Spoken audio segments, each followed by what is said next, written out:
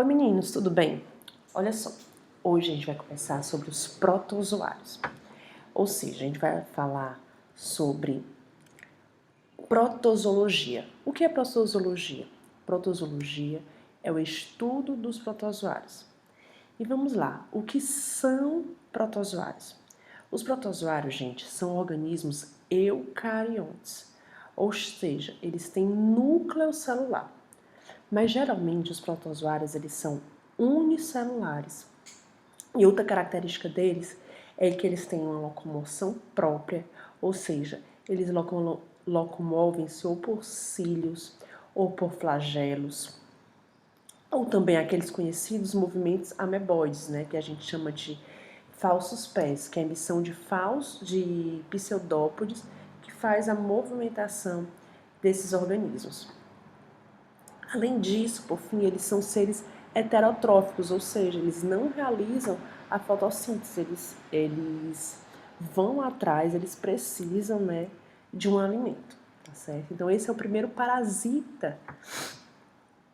Na verdade, esse é o parasita que a gente vai estudar hoje, os protozoários. E o primeiro protozoário que vamos estudar se chama Plasmodium.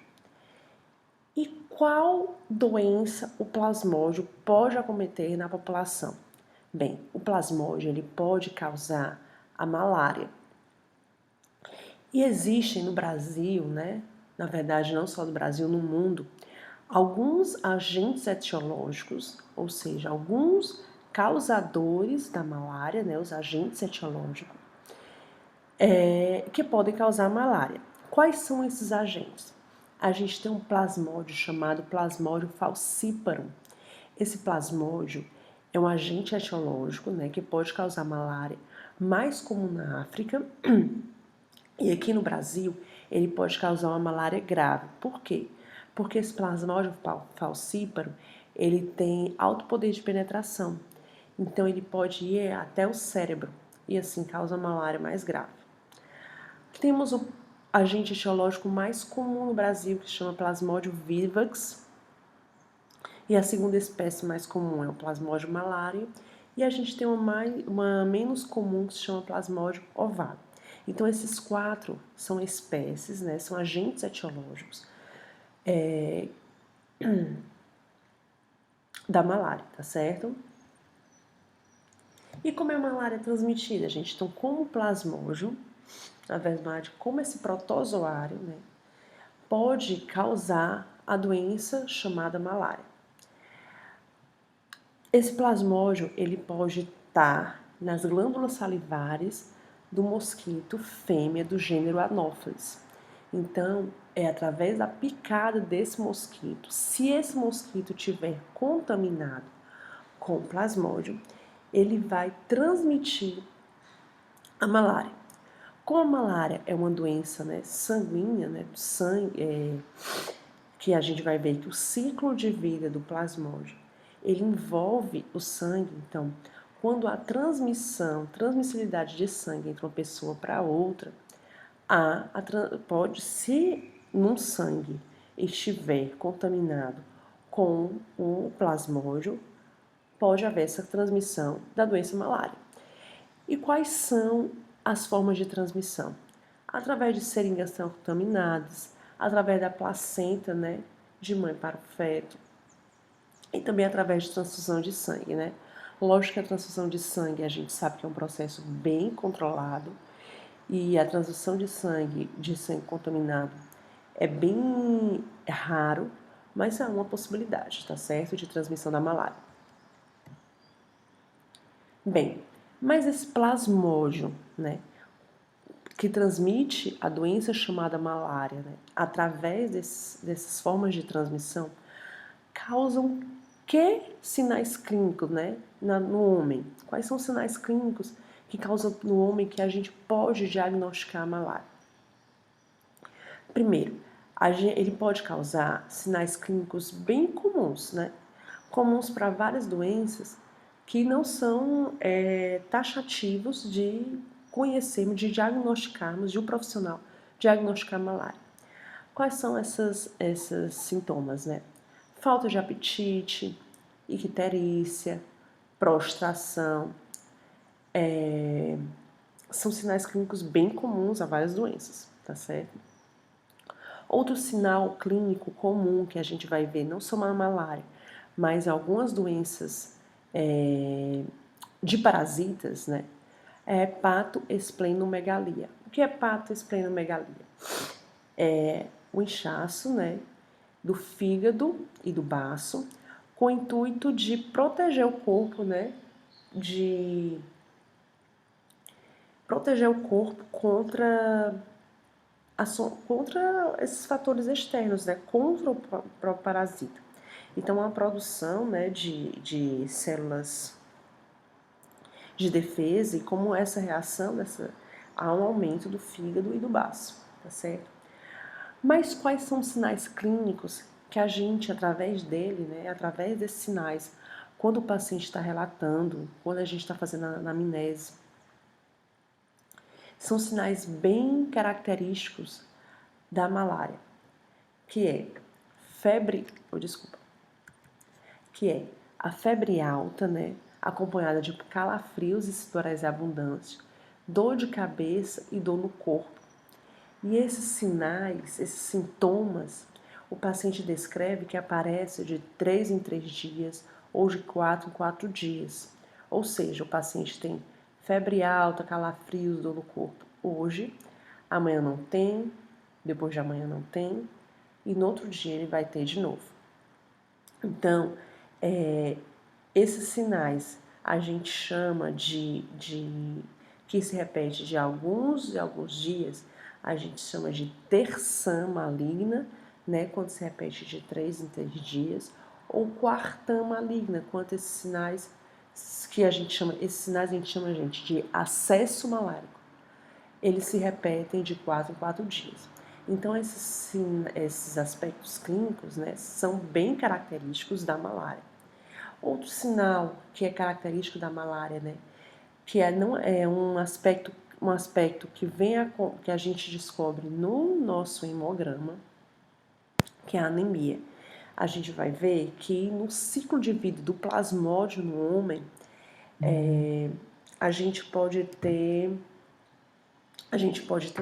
há uma destruição das hemácias. Como há essa destruição das hemácias, o paciente, consequentemente, tem anemia, tá certo? Como eu já falei anteriormente, né, a gente tem a malária, que é causada pelo Plasmodium vivax, principalmente aqui no Brasil. E a gente tem a malária mais grave quando a pessoa é contaminada pelo Plasmodium falciparum. Por quê? Porque esse Plasmodium falciparum, ele consegue disseminar mais pelo corpo, né? E provocar uma malária cerebral, e o paciente pode ir a um coma profundo. Através desses sinais clínicos que a gente viu, principalmente através dos sinais chamados terçã maligna e quartã maligna, a gente vê que a gente pode diagnosticar a malária através de uma anamnese, através de uma consulta, né, através de seus sinais clínicos, e a gente vai confirmar através de exame de sangue, né, tanto em relação ao hemograma completo, onde é visto, né, a anemia, e também através de um exame bem específico, onde já quando o profissional duvida, ele já pede ao laboratório para procurar, né, nas hemácias o plasmódio. E o plasmódio nas hemácias ele vai ter uma forma chamada de trofozoito. A gente vai ver agora o ciclo e a gente vai entender isso melhor. Então, na malária, o plasmódio lá nas hemácias vai chamar trofozoito. Então, o profissional do laboratório, né, ele vai procurar esses trofozoitos no interior das hemácias e assim diagnosticar a malária naquele paciente. Existe tratamento, né? Os tratamentos são antimaláricos, é o bem conhecido da gente, né, que a gente ouviu muito nesses últimos meses por causa da Covid-19, que é a cloroquina, né? A cloroquina é um antimalárico, primaquina também pode ser usada e a doxiciclina, são medicamentos que são utilizados quando é diagnosticada a malária no paciente. E como é que a gente previne a malária, né? Ou então controla a doença, né? Toda doença é controlada quando a gente faz um diagnóstico rápido e o nosso tratamento é preciso, correto, imediato, né? Como qualquer doença. E como a gente pode prevenir a malária? Combatendo o vetor, combatendo o anófeles, né? Que é o vetor dessa doença. Usando o quê? Repelentes. Os repelentes para combater a malária, né? Eles têm que conter dicloro de fenil de tricloroetano. Então, esses repelentes são muito usados mais na região norte, né? Onde é mais encontrado essa doença. Uso de mosquiteiros, tá certo? São tipos de combate ao vetor. Gente, a malária, ele é uma doença que hoje em dia ainda acontece, né? Então, essas doenças parasitárias no Brasil, elas não são tão incomuns, elas são comuns. Elas acontecem em determinadas regiões do Brasil, né? A malária principalmente acomete na região norte. Então, por isso que é importante, bastante importante seu estudo. No ano de 2018 e 2019, foi noticiado que tivemos cidades com epidemias de malária na região norte, tá certo? Então, essas doenças parasitárias ainda são bastante comuns aqui no Brasil. Agora a gente vai estudar o ciclo de vida. O ciclo de vida da malária, ele é o mais complexo de todos os protozoários que a gente vai estar estudando agora na nossa disciplina de microbiologia. Por isso até que eu resolvo começar com malária, com essa doença, até porque o ciclo de vida ele é um pouquinho mais complexo, tá certo? A gente vai falar um pouco do ciclo de vida. Ele não, vocês vão ver que ele é um complexo. Eu já estou resumindo, né? Eu ainda vou estar resumindo, diferentemente que a gente vai do livro que a gente adota lá para a gente estudar. A gente vai estudar por um livro que se chama Ferreira, né? Tem o nosso plano de ensino. O Ferreira é um livro bastante completo e vocês vão ver que eu vou aqui estar até fazendo, apesar de ser complexo, até fazendo um resumo do ciclo de vida do plasmódio no homem e no mosquito, tá certo? No anófeles. Então vamos lá. Vamos começar aqui para essa bolinha azul que a gente está vendo. É o mosquito fêmea do gênero anófeles. Por que se a gente fala fêmea, gente? Porque só a fêmea vai lá fazer seu repasto sanguíneo, ou seja, só a fêmea que pica o homem. Então a doença é transmitida somente pelo mosquito fêmea. Então vamos dizer que um certo mosquito fêmea, né, esse mosquito fêmea que está aqui nessa bolinha azul, ele está contaminado pelo Plasmodium vivax. Então, ele vai lá, a mosquita fêmea vai fazer o repasto sanguíneo. Ela faz o repasto sanguíneo no intuito de uma alimentação, no intuito de auxiliar na sua reprodução, né? Alimenta para se reproduzir. Então, por isso que é só um mosquito fêmea. Então, vai lá e pica o homem. No momento que ela pica o homem, para fazer o repasto sanguíneo, né? No momento que ela suga o sangue, né? As suas glândulas salivar injeta no homem o plasmódio. Quando esse plasmódio é injetado no homem, ele está nessa forma que a gente vê aqui, alongada, que vocês podem ver, se chama esporozoito. Está escrito aqui nesse desenho esquemático, né, que tem um ser humano, um homem, e essa forma mais alongada. Essa forma alongada ela se chama esporozoito. Vocês vão ver, gente, que o ciclo de vida dos protozoários, ou dos parasitas em geral que a gente vai estudar, os parasitas eles mudam de forma. Eles mudam de forma porque cada forma tem sua função. Tem formas que são alongadas, que servem para deslocamento. Tem formas mais circulares, que têm o intuito de reprodução. Então, durante seu ciclo de vida, eles mudam de forma. Como eles vão mudando de forma, foi dado nomes diferentes para essas formas, tá certo? Então, vamos lá. Quando o mosquito, né, fêmea, injeta, né, a sua saliva, né, acho que eu falei glândula salivar, ele na verdade não injeta a sua glândula salivar, lógico, injeta a sua saliva, ele injeta o plasmódio nessa forma alongada, que se chama esporozoito. Então, a gente chama isso de forma infectante.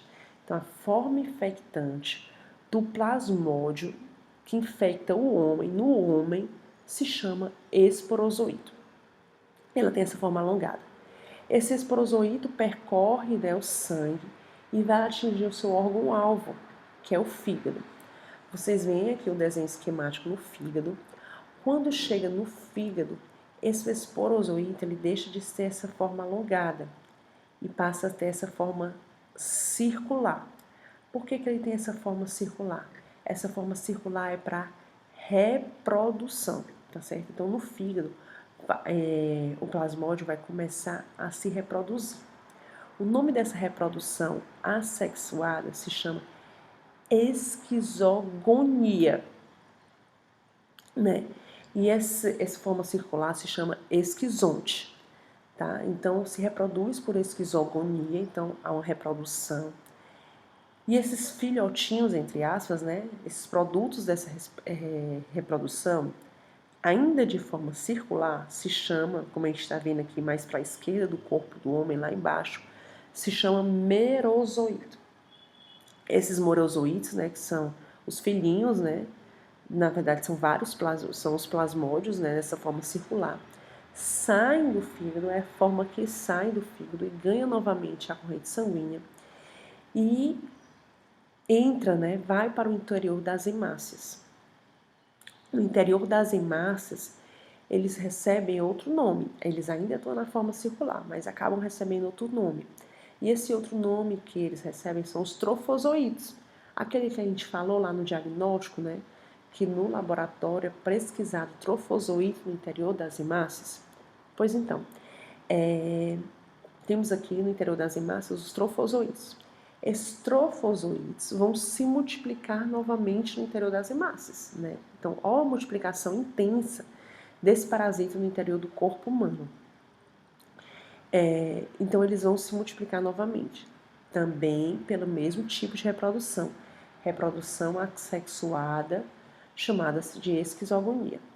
Eles se reproduzem tanto, né, que quando saem das hemácias, né, rompem as hemácias, então destroem as hemácias. Por isso que esse paciente tem anemia, né? Destroem as hemácias e ganham novamente a corrente sanguínea, entrando em outras hemácias e assim sucessivamente. Entram as hemácias, se reproduzem, né? E vão sair rompendo essas hemácias, destruindo hemácias, tá certo? A destruição das hemácias causa anemia. E essa destruição das hemácias, pelo esse ciclo de vida, acontece de 3 em 3 dias ou de 4 em 4 dias. Por isso que as hemácias têm aqueles sinais, né? Quando há uma destruição das hemácias, é que o paciente tem aquele sinal de febre alta, calafrio, sudorese, dor de cabeça e dor no corpo, né? Que a gente chama de acesso malárico. Acontece quando há essa destruição das hemácias. Então, acontece de 3 em 3 dias, porque é o ciclo dele lá do ciclo do plasmódio no corpo humano, ou de 4 em 4 dias, tá certo? Além desses merozoítos ir entrando nas hemácias, reproduzindo e destruindo, eles podem também ficar livres na corrente sanguínea. E quando eles ficam livres na corrente sanguínea, eles são denominados de gametócitos, tá? E aí vamos dizer que agora a gente tem um homem contaminado, né? A gente vê, e tem um mosquito fêmea do gênero Anopheles que não está contaminada, certo? E ela vai lá e vai fazer seu repasse sanguíneo. Quando ela puxa esse sangue, né, para fazer o repasse sanguíneo, e esse homem está contaminado, ela puxa, né, para ela esse gametócito. Então, o gametócito é a forma infectante do plasmódio no mosquito, tá certo? Então, vamos revisar. O esporozoito, ele está presente lá na saliva do Anopheles, né, da mosquito fêmea do Anopheles. Então, ele é a forma infectante do plasmódio no homem. Já o gametócito é a forma infectante do plasmódio para o mosquito. E aí, o gametócito, como o próprio nome diz, né, vai se transformar no interior do mosquito em gameta. alguns gametas masculinos, alguns gametas femininos. E se tem gameta, como você já sabe, vai acontecer no mosquito uma reprodução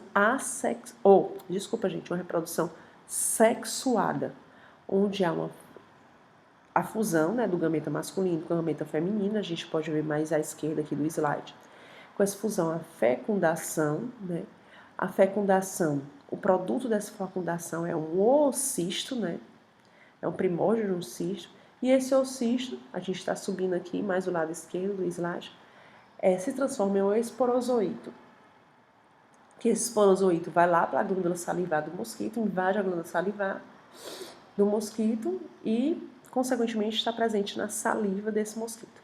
Então, gente, esse é o ciclo de vida do plasmódio. Para o plasmódio sobreviver, ele passa tanto pelo ser humano como para o mosquito, tá? E aí vai ocasionar a doença, né? O mosquito é infectado, contamina outras pessoas, essas pessoas contaminadas, quando são picadas pelo mosquito, mais mosquitos são contaminados e assim vai se dando a vida, né, do plasmódio e causando essa doença, a malária, tá certo? Aqui é a parte que a gente está, a teoria, tá, dos slides que eu estou falando. Aqui para a gente conhecer o Anopheles, como é que ele é, né, um mosquito normal, como qualquer outro. E aqui é um esquema de uma hemácia destruída com trofozoítos no seu interior. Na verdade, são merozoítos. São produtos dessa reprodução assexuada, né, já são merozoítos, que destroem as hemácias e causam todos os sinais clínicos bem característicos dessa doença, da malária. Ok? Tudo entendido sobre a malária? A gente vai conversar novamente sobre essa doença na nossa aula, tá certo? Outra doença que a gente vai ver hoje, a gente vai conversar sobre 3 doenças, né? A nossa segunda doença se chama toxoplasmose.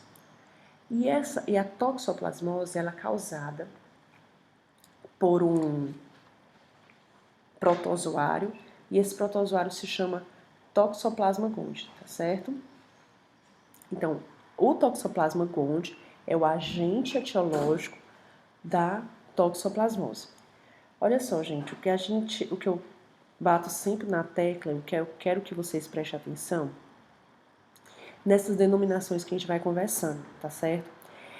O que é agente etiológico? Então, agente etiológico é o protozoário que está causando a doença.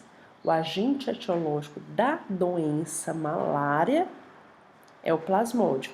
O agente etiológico da toxoplasmose é o protozoário Toxoplasma gondii, tá certo? Outro ponto que eu quero que vocês prestem atenção em relação quando eu falo a forma infectante para o homem, a forma infectante para o mosquito, como a gente conversou lá na malária, né? A forma patogênica, né? A forma patogênica é aquela que causa os sinais clínicos, que são, lá na malária que a gente viu, a forma patogênica, o merozoíto, né? Que destrói as hemácias, que causa esses sinais clínicos. Então, prestem bem atenção nessas denominações. Às vezes vocês sabem e quando a gente vai perguntar, vocês trocam um pouquinho. Quando a gente pergunta qual a doença desse caso clínico, acaba colocando agente etiológico, acaba colocando protozoário. Então a gente pergunta qual agente etiológico e acaba colocando a forma infectante. Então prestem bem atenção a essas denominações que a gente vai conversando no decorrer das aulas, tá certo? Então vamos falar um pouquinho sobre a toxoplasmose, que é causada pelo protozoário, ou seja, que tem um agente etiológico que se chama Toxoplasma gondii. A transmissão da toxoplasmose, vamos começar aqui falando sobre a transmissão, né? A toxoplasmose é aquela doença que a gente chama doença do gato, né? Cujo o hospedeiro definitivo, né, é o gato, ou seja, para o Toxoplasma gondii completar seu ciclo de vida, ele tem que passar pelo gato. Então, como é que é a contaminação, né, a transmissão da toxoplasmose? através de ingestão de água ou alimentos contaminados por fezes de gato, certo? Através da ingestão de carne crua ou amassada, ou seja, carne de porco, carne de carneiro. São animais que podem se contaminar com fezes, com a própria fezes do gato, ou animais que contraíram o Toxoplasma gondii porque se alimentaram de verduras, né, leguminosas contaminados com as fezes do gato, tá certo? Então, e se o homem se alimentar com carne crua ou mal passada desses animais, o Toxoplasma gondii está inserido lá na musculatura da carne, então ele é transmitido para o homem porque através da carne crua ele não conseguiu matar, não chegou à temperatura de morte desse animal, do protozoário, e consequentemente o homem está se contaminando. E também através de transfusão de sangue, né, mais raro, mas pode acontecer, via transplacentário ou transplante de órgãos. Né? Transplante de órgãos ou transfusão de sangue é bem incomum, né, bem raro, já que são procedimentos, como a gente já conversou, bem regulamentados e feitos com bastante cuidados, né, realizados com bastante cuidado. E quais são as manifestações clínicas? Quais são os sinais clínicos? Olha só, a maioria das pessoas que tem toxoplasmose tem essa infecção de forma assintomática. Então, teve toxoplasmose, nem sabe que teve. Às vezes se passa com uma simples gripe ou um simples mal-estar, tá certo? Porque os sinais clínicos da toxoplasmose em pacientes que estão imunocompetentes, indivíduos imunocompetentes, ou seja, que não estão com o seu sistema imunológico deprimido, nada mais são que dor do corpo, né, mialgias, artralgias, né, dor musculares, prostração.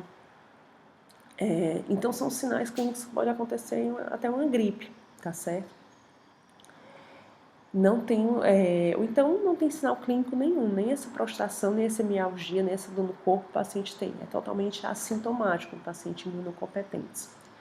Agora, em pacientes imunodeprimidos, ou seja, que tem um sistema imunológico está com o sistema imunológico debilitado, esse paciente pode ter lesões na pele, que nós chamamos de exantema cutâneo, ou bem característicos, são lesões na retina, que a gente vai ver agora nessas fotos, tá certo? Então aqui na foto à esquerda, mais acima do slide, a gente vê uma lesão na retina, característica de toxoplasmose, né? Nada mais é que a gente vê clinicamente. Clinicamente a gente vê como olho avermelhado, mas quando é um exame mais apurado, são vistas lesões na retina. E nessa foto à direita do slide, esse paciente é HIV positivo, né? São exantemas cutâneos provenientes da contaminação pelo Toxoplasma gondii, né? Então, esse paciente está com toxoplasmose.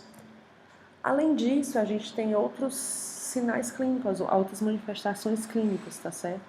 Que a gente já conversou, que a gente vai encontrar em todas as doenças, a maioria das doenças ocasionadas por parasita, que são hepatoesplenomegalia, que é o aumento do fígado pela grande atividade da resposta imunológica. E a toxoplasmose é aquela doença tão temida pelas grávidas, né? Quando as mulheres, né, nós mulheres vamos engravidar, o profissional, né, o obstetra, o ginecologista, ele pede um exame de sangue, um sorológico de toxoplasmose, para saber se a mulher já teve toxoplasmose antes, já que a maioria das vezes ela é assintomática. Muitas vezes a gente não sabe se teve, né? Então é pedido sorológico. Se nesse exame estiver IgG positivo, indica que essa mulher, já teve a toxoplasmose. Se nesse exame estiver IgM positivo, essa pessoa está, nesse momento, com toxoplasmose.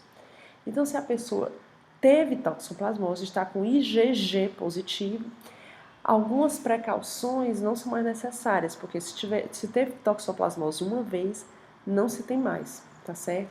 Então, precaução como cuidados com gatos, né? Então, não ter contato com gato, sua alimentação sempre alfaces, né? Essas verduras mais verdes, tomates, essa alimentação cuidadosa na gravidez, para esses alimentos estarem bem lavados, né? Se tiver com IgG positivo, lógico que a pessoa vai ter esses cuidados, mas IgG positivo, com relação à toxoplasmose, né? Não se precisa mais ter essa preocupação, né? Que não vai mais contrair a doença, tá certo? Mas quem tem IgG negativo tem que ter esses cuidados com a alimentação. Sempre verduras bem lavadas, não entrar em contato com gato que não seja da sua residência, não, lógico. Nem fazer jardinagem, né, em prédios, em locais públicos, onde você vai mexer com terra e a terra tem muito fezes de gato. Então, tudo isso, o ginecologista obstetra, ele conversa com o paciente que deu lá IgG negativo para não realizar, né, ou então essa jardinagem, ou para fazer um cuidado com a sua alimentação, lavagem de todos os alimentos que vai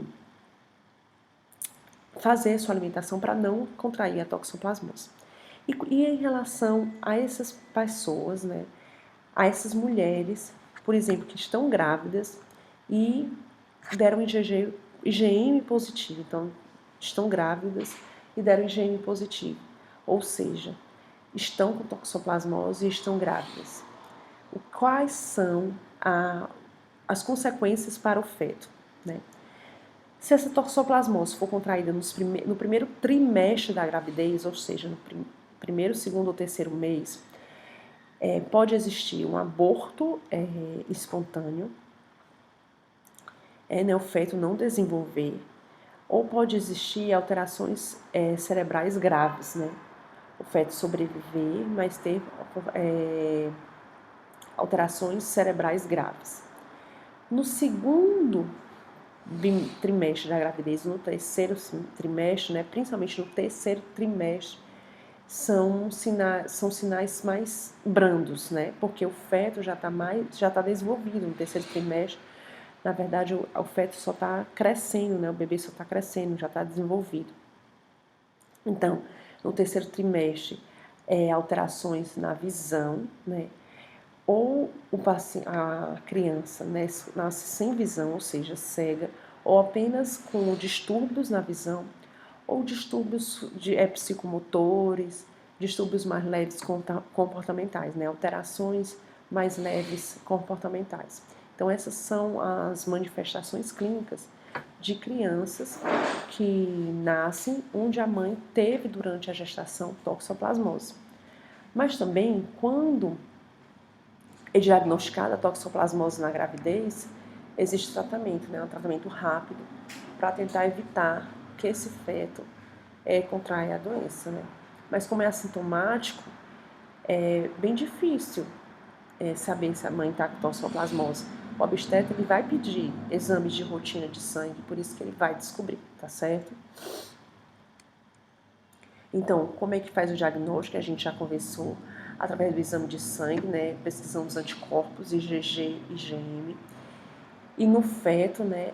Para descobrir se tem no feto, é através da pesquisa do parasita no líquido amniótico. Então, é feita a aspiração do líquido amniótico e ver se tem um parasita lá, o Toxoplasma gondii, no líquido amniótico. E através do exame clínico, né? Algumas pessoas têm sinais clínicos, então todo diagnóstico ele é suportado por um exame clínico, né? O tratamento, né? Qual é o tratamento? Através de sulfa, a gente não vai ser cobrado tratamento, a gente não precisa saber desses detalhes, né? Não será cobrado detalhes do tratamento. Só basta saber que existe tratamento através de sulfagiazina, ou se o paciente for alérgico à sulfa, né? O uso de clindamicina trata também a toxoplasmose. Então a gente já conversou bem, né? Como a gente pode prevenir ou controlar essa doença, evitando o consumo de carne crua mal assada, evitando contato com fezes de gato, né? Tanto contato direto como na jardinagem, né? Terra solo, né? Contato com solo, mexer em solo, que são contaminados, né? Que os gatos passam por ali. Sempre lavar bem vegetais, hortaliças e ter cuidado com a água de consumo. Água de consumo fervida, né? Filtrada. E vamos conhecer também o ciclo de vida do Toxoplasma gondii, como é que é para ele sobreviver, né? A gente já conversou que ele tem que passar pelo gato e outro ser, ou um porco, ou a carne de carneiro, ou um ser humano, né? Mas ele tem que passar pelo gato. Aqui é a teoria e a gente vai ver aqui nesse esquema, tá certo? Então vamos lá. Primeiro, como é que o gato ele pode ser contaminado? O gato ele pode ser contaminado por 3 formas. Ele pode ser contaminado por fezes de outro gato. Na fezes de outro gato vai ter o cisto, ou quando esse cisto ele eclode, né, a gente chama eclodir, tem no interior desse cisto esporozoito, então o esporozoito fica no solo. O gato ele pode contaminar pela própria fezes, né, pelo contato da fezes, que tem o cisto no interior, ou pelo solo contaminado, que é o esporozoito. O esporozoito ele consegue ficar no solo por muitos dias, ele até aguenta solo de mais de 40 graus de temperatura, tá certo? Então, o gato pode se contaminar pelo cisto ou pelo esporozoito. O gato ele pode ser contaminado por sangue ou por carne de outro ser, principalmente por rato, né? O gato como rato. Então, o rato que está contaminado pelo Toxoplasma gondii, no momento que o gato come, o sangue do gato tem uma forma chamada de taquizoito, e a musculatura, a carne do gato, tem outra forma do Toxoplasma gondii, se chama bradizoito. Então, no sangue, quando o Toxoplasma gondii, o protozoário Toxoplasma gondii está no sangue, a gente chama que ele está numa forma chamada de taquizoito. Se esse Toxoplasma gondii está na carne, né, na musculatura, ele obtém outra forma chamada de bradizoito. E se ele está lá nas fezes, né, ou no solo, nas fezes chama oocisto, está na forma de oocisto, e no solo, que é quando o cisto eclode, se chama esporozoito. Então, gente, olha só, todas essas são as formas infectantes do Toxoplasma gondii para o gato, tá certo? São as formas infectantes do Toxoplasma gondii para o gato. Se eu perguntar qual a forma infectante do Toxoplasma gondii para o gato, vocês falam todas essas. Então vamos lá. Lá no gato, lá na região, no sistema digestório do gato, tanto o oocisto como o esporozoito, ou o bradizoito, ou o taquizoito, lá no sistema digestório do gato, todos esses sistemas vão se transformar em merozoito, aquele mesmo merozoito que a gente viu na malária. Esse merozoito, ele vai sofrer uma reprodução assexuada, né? Vai se transformar em outros merozoítos, né? Essa mesma reprodução assexuada também, essa reprodução assexuada se chama esquizogonia. Da mesma forma que a gente conversou na malária, então os merozoítos lá no sistema digestório do gato vão se reproduzir assexuadamente. Essa reprodução assexuada se chama esquizogonia. Essa reprodução assexuada vai resultar em novos merozoítos, né, uma reprodução. E esses merozoítos, eles vão se transformar em gametócito. Então, no gato, há uma reprodução assexuada e, posteriormente, uma reprodução sexuada. Então, esses merozoítos vão transformar em gametócito.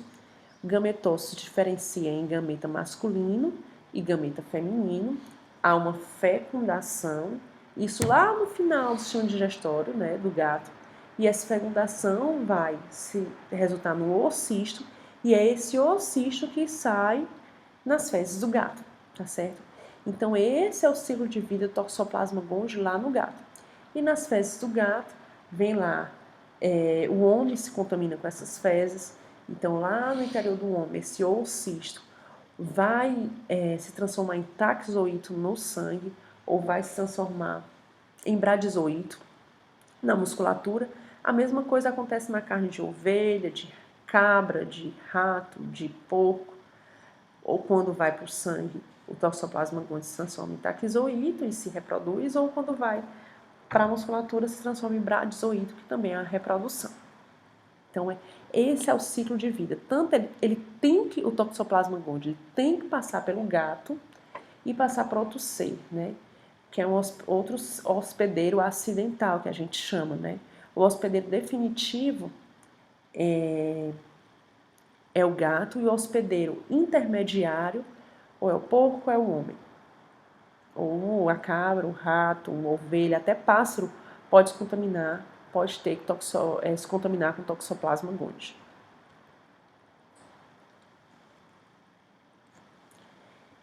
E por fim, né, nessa aula a gente vai falar sobre a última doença, que é a doença de Chagas. A doença de Chagas, semelhante à malária, ela é transmitida por um vetor, né? Ela é transmitida por um inseto. A malária é o Anopheles, o mosquito fêmea do gênero Anopheles, e a doença de Chagas é transmitida pelo mosquito fêmea do Triatoma infesta, né? O nome do mosquito se chama Triatoma infesta e popularmente é chamado de barbeiro. Então, tanto a malária como a doença de Chagas são transmitidas por vetores, né? Tem um inseto no seu ciclo de vida,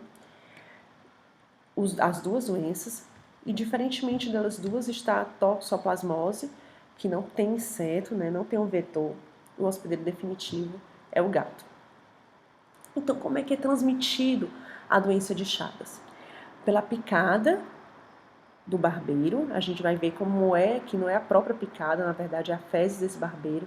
A gente vai ver lá quando a gente conversar sobre o ciclo de vida da doença de Chagas. A doença de Chagas ela pode ser transmitida pela ingestão de bebidas infectadas, ou seja, bebidas onde o barbeiro vai lá e depõe suas fezes, né? Como cana-de-açúcar, açaí, o buriti, onde o barbeiro gosta de ficar nesses alimentos, ele permanece nesses alimentos. É um local de encontro do barbeiro, a cana-de-açúcar, o açaí, o buriti, e consequentemente ele deposita suas fezes lá. Se esse barbeiro estiver contaminado pelo agente etiológico da doença de Chagas, que é o Trypanosoma cruzi, as suas fezes vão estar contaminadas por esse protozoário, Trypanosoma cruzi, e essas fezes vão ficar nesses alimentos. E a gente sabe que na região norte, esses alimentos são consumidos in natura, né? Principalmente o açaí e o buriti. O açaí a gente consome aqui de uma forma pasteurizada, tratada, em forma de sorvete. Né? Já está tratado, mas na região norte se come esse alimento in natura, né? E então essa forma de transmissão na região da Amazônia, a região amazônica, ela é mais comum. O Trypanosoma cruzi, ele também pode estar presente em alguns animais, como carne de carneiro, em vacas, em porco. Então, a ingestão de carne crua ou amassada desses animais contamina o ser humano. E também pela a transmissão sanguínea, né, como todas as outras doenças, né, transfusão de sangue, transplante de órgãos ou por via transplacentária. Quais são as manifestações clínicas da doença de Chagas? Olha só, a doença de Chagas tem dois momentos. Tem um momento agudo, onde é o momento que a pessoa, né, o homem, ele é picado. E esse momento agudo, né, logo depois da penetração do Trypanosoma cruzi no corpo humano, esse momento agudo, as manifestações clínicas são febre baixa, mal-estar, hepatoesplenomegalia. São sinais clínicos também não tão característicos da doença, né? E a gente tem também outros sinais que passam a ser característicos da doença. Quais são esses sinais? Um dos sinais se chama sinal de Romanin. Sinal de Romanin é quando o barbeiro pica nessa região conjuntiva. E tem, como a gente vê aqui nessa foto, lado esquerdo do slide, quando o barbeiro pica nessa região do olho, o sinal de Romanin nada mais é do que esse edema bipalpebral, ou seja, pálpebra superior e pálpebra inferior. É um edema, um inchaço que a gente pode perceber que ele não é vermelho, né? Não é um processo inflamatório, não é quente, né? Não é vermelho, é da própria cor da pele do paciente. Então, essa é uma bipalpebral unilateral, ou seja, é só em um lado, só na região, só no lado que o barbeiro picou. Isso é um sinal clínico agudo, né? E a gente tem também, como esse outro lado aqui, o chagoma de Kaposi. Desculpa, chagoma de inoculação. O chagoma de inoculação também é devido à picada do barbeiro, né? Essa lesão que a gente vê aqui do lado direito do slide, na mão, é uma região arredondada, ele não é ulcerado, né? Não chega a ser uma úlcera bem característica, mas é uma região eritematosa e ela é bem endurecida, tá certo? É onde o barbeiro picou. Se chama chagoma de inoculação. Esses são sinais agudos. E quais são os sinais mais crônicos da doença? Os sinais clínicos crônicos da doença são sinais cardíacos e sinais intestinais. Por quê? Porque a gente vai ver que o ciclo de vida, o Trypanosoma cruzi, ele tem como órgão-alvo o sistema nervoso parasimpático, e o sistema nervoso parasimpático, ele que regula, né, o peristaltismo intestinal. Então, uma pessoa com doença de Chagas crônica, como é que a doença de Chagas passa a ter crônico? Quando ela tem a doença de Chagas aguda e não trata. Se não trata, não é diagnosticado no momento que a doença de Chagas está nos seus sinais clínicos agudos, ou seja, a doença de Chagas não é diagnosticada naquele momento, ela se cronifica. E quando é crônica, causa manifestações intestinais e cardíacas. Então vamos lá para as intestinais que a gente já estava falando. As intestinais acontecem porque o Trypanosoma cruzi ele vai atuar lá no sistema nervoso parasimpático. E o sistema nervoso parasimpático ele regula o nosso peristaltismo intestinal. Esse peristaltismo intestinal estando alterado, ou seja, não tendo esse peristaltismo intestinal, há um acúmulo de fezes e a gente chama isso de megacólon. Né? Aí o paciente fica com o cólon aumentado por esse acúmulo de fezes, pela essa ausência do peristaltismo intestinal. E outro órgão-alvo, que é bem conhecido, né, que é o coração. E o coração é popularmente chamado de coração crescido, né? Na verdade, o paciente tem arritmia cardíaca, ele não pode fazer esforços como grandes esportes com muito esforço, como jogar tênis, ou não pode fazer corridas com muitos esforços. Isso pode levar a uma arritmia cardíaca, pode levar até o paciente a óbito, né? Então, clinicamente, os sinais clínicos crônicos da doença de Chagas é visto como alterações no eletrocardiograma daquele paciente. Então, na fase aguda, como é que faz o diagnóstico? Então, o paciente está lá com aqueles sinais que é bem...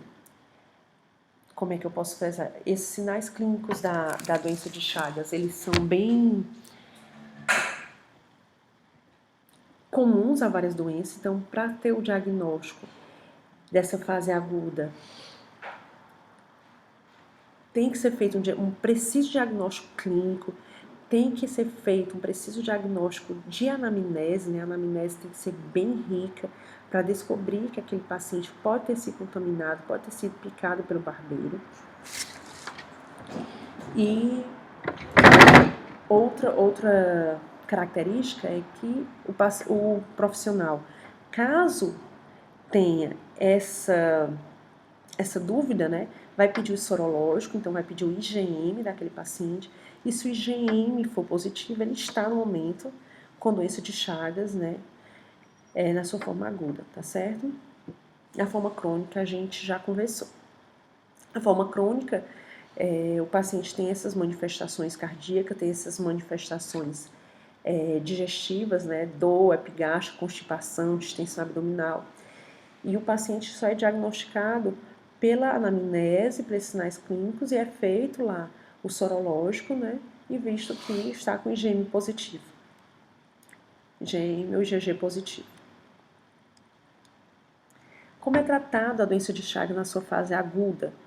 Então, na fase aguda, ela é tratada por um antiparasitário, né, o benzonidazol, e na fase crônica, ele é tratado só as complicações, né, como as alterações cardíacas, então ele é tratado com arritmia e é tratado as suas alterações digestivas, tá? Então, o tratamento específico, cardíacos e digestivos.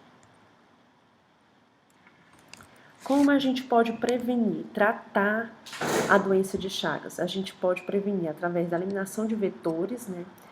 Ou seja, o barbeiro ele fica nas casas de taipa, né? Fica na casas onde são com as casas de barro, né? Ele gosta de ficar naquela região dos tijolinhos das casas que são expostos, os barros. Ele fica também nesses alimentos, né? Então ele gosta de depositar suas fezes na cana-de-açúcar, no açaí. Então são essas regiões que a gente encontra o barbeiro. Então, a prevenção e tratamento em relação à moradia, em relação ao consumo de certos alimentos e bebidas, né, in natura, eliminando vetores, né, com uso de repelente, com uso de mosquiteiros, e estão controlando também a transfusão de sangue, controlando o transplante de órgãos. A gente vai conhecer agora o ciclo de vida, tá certo? Do barbeiro. O barbeiro, na verdade, o barbeiro não, o ciclo de vida do Trypanosoma cruzi. O Trypanosoma cruzi, para ele completar seu ciclo de vida, ele precisa passar pelo triatoma infesto e pelo homem, né? Então, o inseto, vamos lá começar, vamos dizer que o barbeiro está contaminado. Então, ele tem no seu interior o Trypanosoma cruzi. Quando ele pica, vai fazer o seu repasto sanguíneo, então pica lá o homem, não é na saliva que tem o Trypanosoma cruzi, são lá nas fezes. Então, no momento que o barbeiro pica, ele defeca e nas suas fezes, que está depositado ao lado da picada, tem a forma infectante chamada Trypomastigota metacíclico. E lá, quando a gente é picado, o que a gente faz? A gente coça. No momento que a gente coça, o Trypanosoma cruzi, ou Trypomastigota metacíclico, né, que está na forma de Trypomastigota metacíclico, que está lá na fezes, entra no corpo humano através da picada, no momento que o homem coça. Então, a forma infectante do Trypanosoma cruzi para o homem se chama Trypomastigota metacíclico. Esse Trypomastigota metacíclico percorre o sangue, né, e vai lá para as células nos órgãos-alvos, principalmente do sistema nervoso parasimpático, como a gente já conversou, e das células cardíacas. No interior da célula, ele muda de forma. Ele deixa de ter uma forma alongada, porque o Trypomastigota ele tem uma forma alongada e tem um flagelo. Ele deixa de ser essa forma alongada e passa a ter uma forma circular, mais circular, né, ovalada. Se chama amastigota. Essa forma amastigota, ela é a forma patogênica do Trypanosoma cruzi no homem. Essa forma amastigota, no homem que eu estou falando, ou no animal, né? Essa forma amastigota, ela vai se reproduzir de forma assexuada, então vai ter uma reprodução assexuada, mas a reprodução assexuada é por divisão binária aqui, então essa reprodução assexuada. E é o momento que a reproduzindo vai destruindo lá as células do coração, né?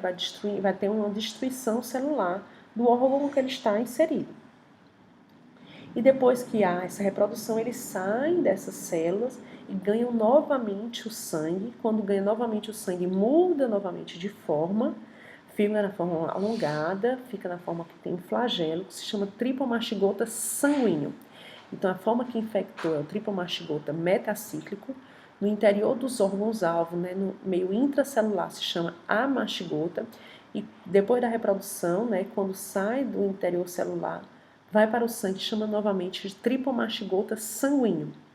E esse Trypomastigota sanguíneo é a forma infectante para o barbeiro.